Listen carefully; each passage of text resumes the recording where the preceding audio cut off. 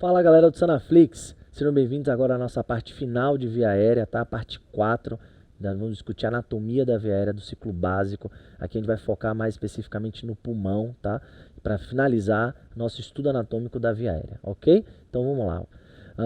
As relevâncias anatômicas, né? A gente já viu na parte 3 a questão da porção anterolateral do pulmão, do hilo pulmonar. Aqui agora eu vou trazer para vocês a parte mais relevante em relação à segmentação da árvore traqueobrônquica. Então percebam que nessa imagem, olha como é interessante. Você vê a traqueia, bronco principal direito, bronco principal esquerdo. Daí eles vão emitir, né, os brônquios segmentados, perdão, os brônquios lobares, tá? Então tem o bronco lobar superior, o bronco lobar médio e o bronco lobar inferior. No lado direito, que tem 3 lobos, o pulmão.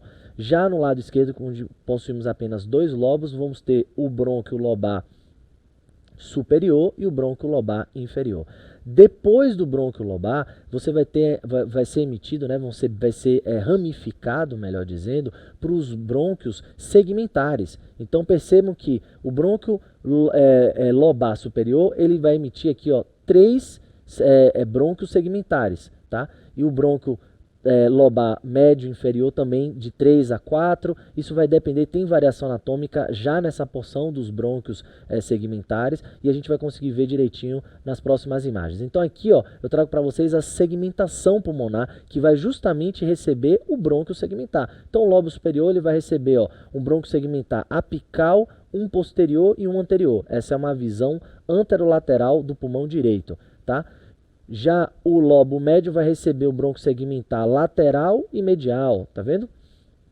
O lobo inferior vai receber, aqui eu vou mostrar para vocês, o segmento superior, então o brônquio segmentar superior. Na porção medial a gente consegue visualizar melhor o lobo inferior. Então a gente está vendo aqui, ó, o brônquio, né, segmentar superior, temos o brônquio segmentar basilar medial, tá vendo? E o basilar posterior, basilar anterior e basilar lateral. Isso aqui faz parte tudo do lobo que? Do lobo inferior do pulmão direito, tá? Então percebam que do brônquio lobar, você vai emitir os brônquios segmentares para os segmentos de cada lobo. Então o lobo superior tem quantidade de segmentos, o inferior e o médio, cada um vai receber, né, um brônquio segmentar. E da mesma forma acontece no pulmão esquerdo, que tem 2 lobos, né? Então nós temos aqui, ó, o brônquio segmentar apical posterior e anterior e o lingular, né, tá? Superior e o lingular inferior para o lobo superior, e temos aqui para o lobo inferior o brônquio segmentar superior, o basilar anteromedial e o basilar lateral. Ok? Isso na visão lateral. Na visão medial a gente consegue ver no lobo inferior do pulmão esquerdo o segmento superior, certo? Temos também o segmento basilar anteromedial, o posterior e o basilar lateral, que forma a base do lobo inferior do pulmão esquerdo. Tá certo? É importante conhecer isso, por quê? Porque durante um procedimento de ressecção pulmonar, você pode fazer uma pneumectomia, você vai tirar o pulmão inteiro, então a ligadura vai ser tanto dos vasos como da árvore brônquica já no hilo, perfeito. Se você for fazer uma lobectomia, né, então você vai tirar o lobo superior do pulmão esquerdo, por exemplo, você precisa conhecer qual que é a ramificação que você vai ter que ligar, tanto de vaso quanto de brônquio, tá? E se você for fazer uma segmentectomia, aí o procedimento fica um pouco mais complexo do ponto de vista anatômico, porque daí você vai ter que identificar exatamente qual que é a porção que é nutrida, tá? Tanto do ponto de vista por brônquios, né, que vai levar o ar para fazer a troca gasosa, como também do ponto de vista vascular, porque os vasos eles acompanham a árvore traqueobrônquica dentro do pulmão, tá? A árvore brônquica dentro do pulmão, as suas ramificações levam consigo também os vasos, tanto a artéria quanto a veia. Ok? Muito bem, que é o que a gente vai discutir um pouquinho mais para frente nessa aula.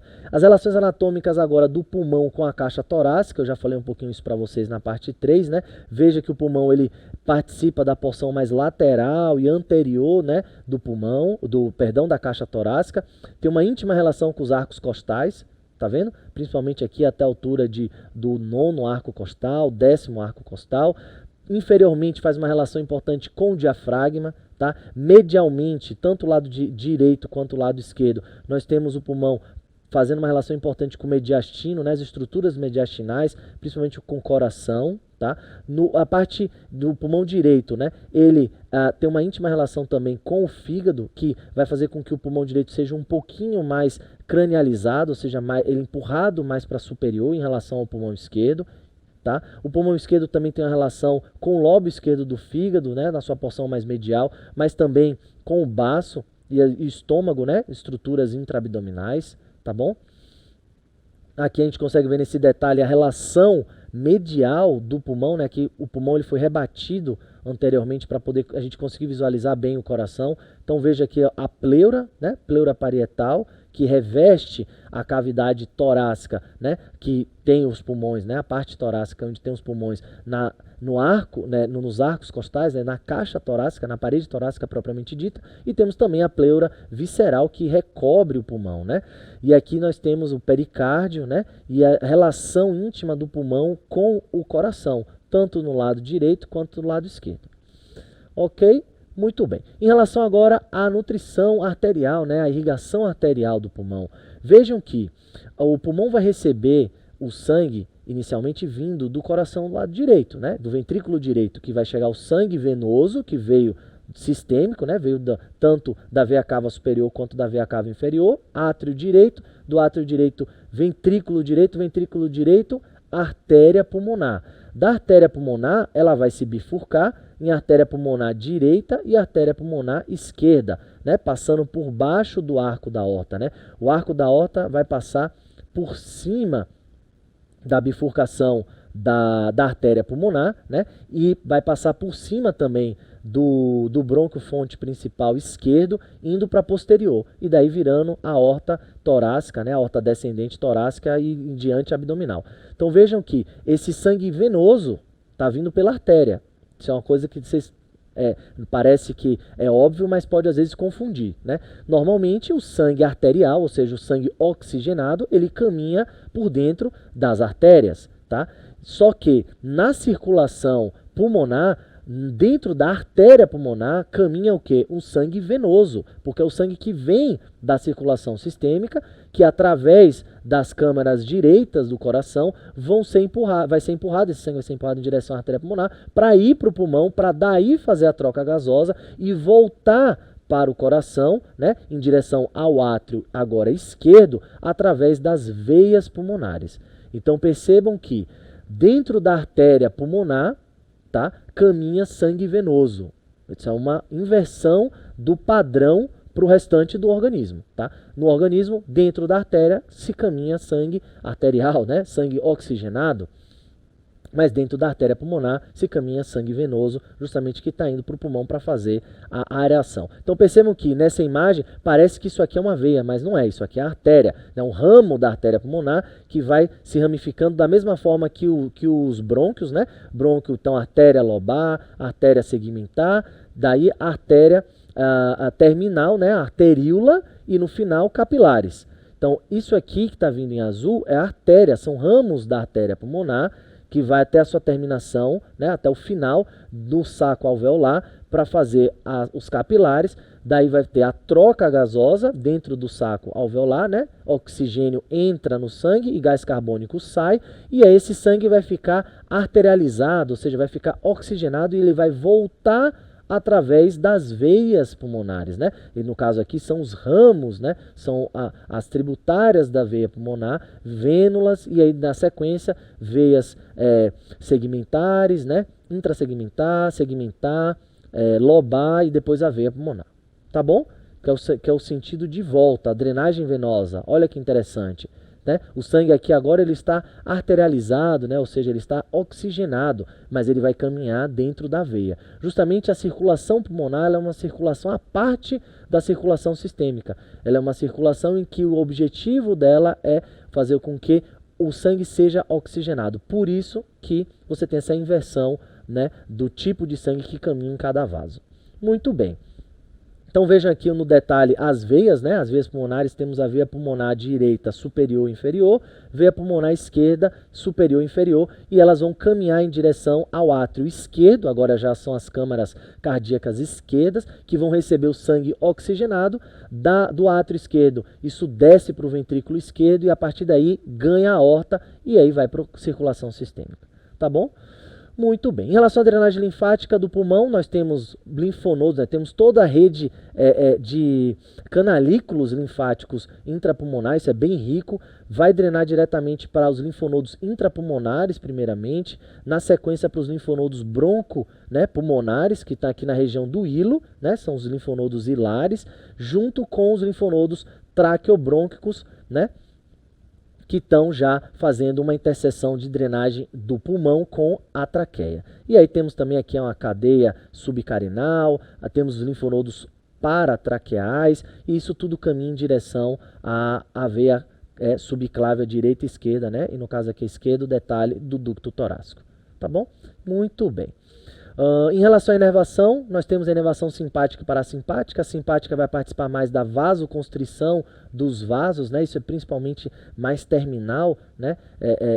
Do pulmão. E a parasimpática da vasodilatação, simpática através das cadeias, né, torácicas, principalmente de T2 a T4, e da parasimpática através do nervo vago, né? Temos aqui o plexo pulmonar anterior e posterior, como a gente viu também na parte 3, fazendo essa inervação parasimpática também do pulmão.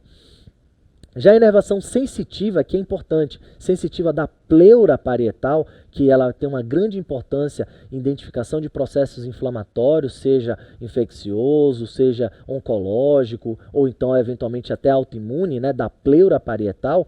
Nós temos os nervos que vêm através, né, dos arcos intercostais, né, dos nervos intercostais que caminham na porção mais inferior, né, na borda inferior do arco costal, tá? Isso vai, ó, de toda a caixa torácica, de T1 a T12. Então essa inervação sensitiva vem direto da medula, esses nervos intercostais saem e daí vão fazer um arco, né, de posterior para anterior, fazendo toda a inervação sensitiva, tanto da parede torácica, de outras estruturas, que também isso inclui a pleura parietal, ok? Então um detalhe importante de inervação para que vocês conheçam. Agora eu vou mostrar para vocês exames de imagem para vocês perceberem a importância da gente conhecer a anatomia, né, do pulmão, da traqueia, do brônquio, para a gente inclusive conseguir entender, interpretar exames de imagem, né, conseguir dar diagnóstico através dos exames de imagem. Um exame de imagem muito utilizado para avaliação pulmonar e de via aérea é a radiografia de tórax, tanto na sua incidência PA, né, póstero anterior, quanto na sua incidência lateral.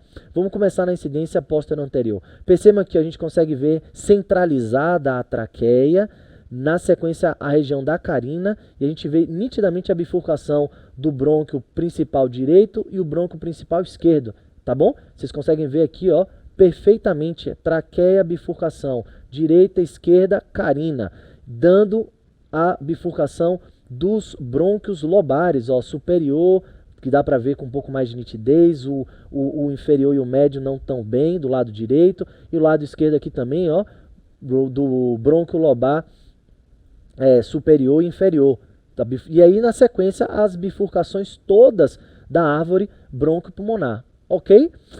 Também conseguimos observar os vasos, né, hilares, tá? Se a gente consegue identificar se esses vasos hilares estão engurgitados ou não, a presença eventualmente de linfonodomegalia nessa região, linfonodos calcificados também a gente consegue identificar, e conseguimos observar o parênquima pulmonar, né? Como o pulmão é uma estrutura muito grande do ponto de vista de conteúdo de ar, né? Então a gente percebe que ela fica mais escurecida, né, na radiografia de tórax. É diferente de outras estruturas com densidade, né, que são radioopacas, tá? Como estrutura óssea, ou então o fígado, que tem grande quantidade de sangue, então é líquido, então ele fica mais radioopaca. Já o pulmão, A estrutura fica mais radiopaca. Já o pulmão, como é uma estrutura que tem uma grande quantidade de ar, ela tem uma tendência a ser mais do que radiotransparente. Mas até através disso, a gente consegue também identificar eventualmente a presença, né, de inflamação da árvore traqueobrônquica, se tiver uma pneumonia, ou a presença de uma quantidade de líquido que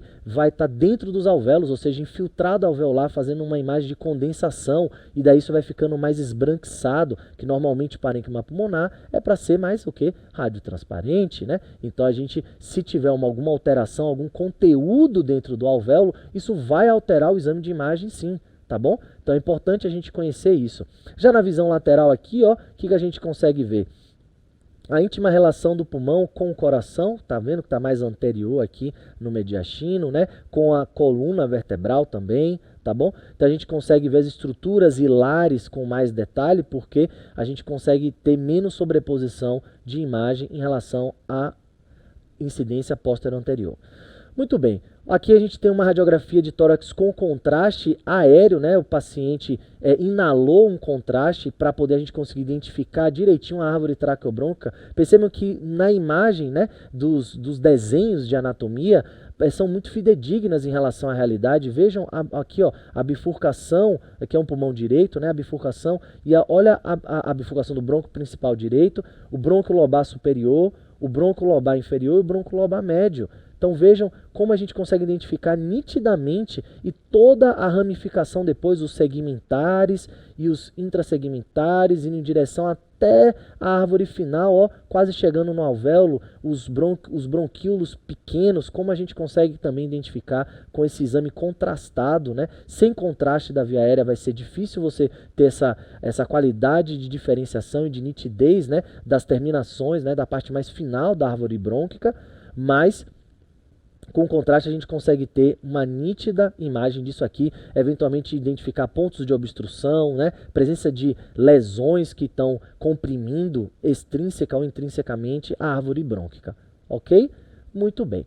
Outro exame de imagem muito utilizado para avaliação das estruturas torácicas, e o pulmão não fica fora disso, é a tomografia computadorizada de tórax. Então aqui a gente tem um corte anatômico, né, um desenho anatômico de um corte transversal, né, axial, e agora a gente vai ver a sua analogia com a tomografia, né, um corte alto, né, está na altura aqui de T4 a T5, né, da vértebra T4 a T5. Percebam como a gente consegue identificar bem a estrutura na tomografia com contraste, né? Aqui é uma janela pulmonar em que a gente consegue ver bem o parênquima pulmonar, né? Temos a árvore traqueobrônquica aqui em preto, ó, vejam aqui são a árvore traqueobrônquica, né? Os brônquios, e em branco, né, que está radiopaco, né, que está mostrando a vascularização da estrutura pulmonar, tanto o lado direito, que é esse lado, quanto o lado esquerdo. Veja a ramificação dos vasos. Isso aqui é importante o quê? Para a gente identificar eventualmente uma obstrução de vasos, né, da artéria pulmonar, ou seja, uma embolia pulmonar. A gente consegue identificar na tomografia com contraste com muita facilidade, né, os casos em que o paciente tenha um êmbolo, né, ou uma trombose, que é mais comum um êmbolo, mas pode ter uma trombose também dos vasos, seja troncular ou mais segmentar no caso de uma embolia pulmonar. Tá bom? Aqui mais central a gente consegue ver a bifurcação, tá bem próximo da bifurcação na carina, né? Que já vai virar, porque a traqueia aumentou de tamanho, então aqui a gente está bem próximo da bifurcação do brônquio principal direito e esquerdo. Um outro corte também, ó, a gente consegue identificar até a fissura, ó. Veja a fissura horizontal do pulmão direito, que interessante, né? Separando o lobo superior do lobo inferior, a fissura oblíqua passando um pouquinho aqui, separando o inferior do médio, tá? Temos também a estrutura dos alvéolos, né, do parênquima pulmonar. A gente consegue identificar a presença de infiltrado alveolar, broncograma aéreo, enfim, a presença de bronquiectasia, que é dilatação dos brônquios, né, que é por conta de destruição da anatomia da árvore traqueobrônquica. Vejam que interessante aqui, ó, a bifurcação né, do brônquio fonte principal esquerdo, né, e aí ele ramificando. A gente consegue ver bem aqui para o lobo superior, né? O brônquio lobar superior. Não dá para ver direito aqui, não dá para ver o brônquio lobar inferior, mas a gente consegue ver com bastante nitidez o brônquio principal esquerdo e a sua ramificação. Então vejam que são exames de imagem extremamente importantes para a avaliação pulmonar e a gente precisa conhecer com muita nitidez, né? Ter muita clareza em relação à anatomia para poder justamente não fazer uma interpretação equivocada dos exames de imagem. Uma outra tomografia aqui a gente consegue visualizar também, ó lá, ó, com mais nitidez a parte mais inferior, né? E a gente já consegue ver bem o coração aqui, né? Coração direito, esquerdo, as câmaras cardíacas, a aorta aqui com bastante contraste, tá? É uma janela pulmonar novamente. Vejam que como a gente consegue visualizar com bastante acurácia a vascularização pulmonar. Olha as ramificações, né, dos vasos aqui na fase arterial, né? Os ramos da artéria pulmonar que entram no pulmão, levando o sangue venoso que vai ser oxigenado. Tá? Porque essa imagem foi feita na fase arterial de contraste, né? O contraste está bem importante na aorta, então a gente consegue identificar direitinho se tem alguma estrutura com obstrução, se tem alguma alteração do parênquima, alguma relação dos vasos também com o parênquima pulmonar. Ok? Então a tomografia é um exame muito interessante. Muito bem, eu trago para vocês aqui agora um exame que é muito utilizado para avaliação da árvore traqueobrônquica, né? Via aérea, que é a broncoscopia. É um exame endoscópico, né? Começando aqui na região do nariz, tá bom? E aí ele vai caminhar pela cavidade nasal, faringe, laringe, ó, epiglote, tá vendo? Pregas vocais, e aí as pregas vocais passa traqueia. Vejam os anéis traqueais, anterolateral, posterior não tem cartilagem, né? Caminhando, descendo, vamos chegar o quê? Na região da carina. Lado esquerdo, lado direito, brônquio fonte principal. Entrando no lado direito, vamos mostrar os brônquios direito e esquerdo, né? Tá vendo? Perdão, os brônquios lobares superior, médio e inferior e a sua ramificação, né? Que são os brônquios segmentares, tá bom? Daqui no superior tem uns 3, tá? Isso aqui tem variação anatômica, certo? Isso vai depender da segmentação do pulmão. A formação embriológica, né? E daí a formação da segmentação pulmonar vai caminhar também a árvore brônquica e também vascularização vai caminhar ao longo, acompanhando isso. A segmentação aqui do lobo inferior, tá? Lobo médio, então veja que nós temos a segmentação, ela acompanha direitinho a área que vai ser nutrida, a área que vai do ponto de vista vascular e também vai ser a área que vai receber, né, a árvore brônquica, toda a sua segmentação. Então a gente consegue observar direitinho aqui, olha, ao longo do segmento, né, do brônquio lobar e aí ele dando os brônquios segmentares e daí na sequência até chegar aos alvéolos. No lado esquerdo não é diferente, a gente observa o principal, aí temos o superior e o inferior, tá? Com a bifurcação, ó. Percebam que no estudo, na imagem, né, do desenho, fica na imagem real da broncoscopia, isso é muito nítido. Aqui a gente consegue identificar qual foi o brônquio que foi acometido, por exemplo, por uma estrutura, né, um corpo estranho, e daí durante esse exame de broncoscopia a gente consegue fazer o quê? A retirada desse corpo estranho através de pinças de trabalho no endoscópio, né? E aí identificar qual foi o segmento que foi acometido. Na radiografia de tórax a gente vai ver o lado que foi acometido, né? Que não está sendo ventilado. Isso já direciona o nosso exame endoscópico, por exemplo. Então vejam, e vocês vão perguntar, professor, mas eu preciso saber todas essas segmentações, gravar tudo isso? Olha, o ideal é que pelo menos tenha uma ideia, né, da quantidade padrão de segmentação pulmonar, né, dos segmentos pulmonares, tá? Mas realmente é difícil de ficar gravando ou decorando, podemos dizer assim, esses segmentos pulmonares. Eu quero que vocês entendam a lógica da ramificação do pulmão, tá? Que vai vir da traqueia, na carina se bifurca no brônquio principal direito e esquerdo, brônquios lobares, segmentares, intrasegmentares e daí chegando até os alvéolos, tá bom? Então, essa parte 4 da nossa aula foi sobre focando mais em pulmão, né, para vocês entenderem a estrutura anatômica, a vascularização e toda a questão da árvore traqueobrônquica também, tá joia? Espero que vocês tenham gostado. Pausem a aula para poder revisar e fazer as anotações também pertinentes, tá joia? Grande abraço e até a próxima aula.